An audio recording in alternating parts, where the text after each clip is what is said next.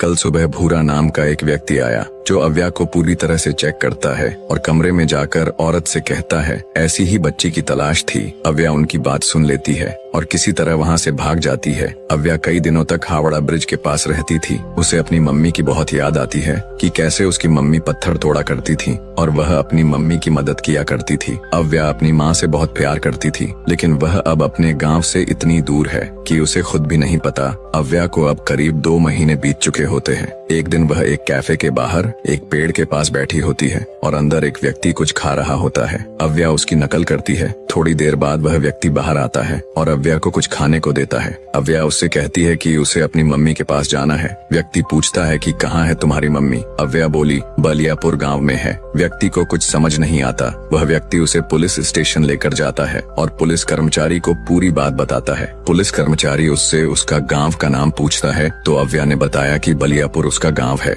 व्यक्ति ने बताया कि इसे बंगाली भाषा नहीं आती है। पुलिस कर्मचारी ने उससे घर परिवार का नाम पूछता है तो वह कहती कि अम्मी और भैया हम 3 लोग हैं। उसे अपनी मम्मी का नाम भी नहीं पता था। पुलिस कर्मचारी ने उसे एक अनाथ आश्रम में भेज देते हैं। उसकी फोटो को पेपर में भी छपाया गया और उसके गांव घर की काफी खोजबीन भी की गई, पर उसके गांव और उसको कोई नहीं जानता। आश्रम में अव्या को अब करीब 3 महीने बीत गए। एक दिन आश्रम की मैडम ने उसे बुलाया और कहा कि हमने बहुत प्रयास किया पर तुम्हारे गांव के बारे में कोई नहीं जानता। अव्या उदास मायूस बैठी थी। तभी मैडम ने कहा कि तुम्हारी इच्छा हो तो तुम्हें एक ऑस्ट्रेलियन कपल अडॉप्ट करना चाहता है, वो तुम्हें बहुत अच्छे से रखेंगे। अव्या धीरे और गहरी आवाज में कहती है। फिर इसके बाद मैडम अव्या और कुछ बच्चों को घर ले आती है और सभी को कुछ इंग्लिश वर्ड और चीजें बताती है ताकि वह सभी बच्चे अच्छे से सरवाइव कर सके। कुछ दिन की ट्रेनिंग के बाद मैडम सभी को कहती है कि आज आप लोग की प्लेन है। अव्या हल्की मायूस दिख रही थी। फिर थोड़ी देर बाद वह प्लेन में बैठकर ऑस्ट्रेलिया को रवाना हो जाती है। जब वह ऑस्ट्रेलिया पहुंचती है तो वहां ऑस्ट्रेलियाई कपल अव्या का स्टेशन के बाहर उसका इंतजार कर रहे होते हैं। अव्या को देखकर दोनों बहुत खुश होते हैं और फिर अपनी कार से उसको अपने घर ले आते हैं। इसके आगे की कहानी अगले भाग में।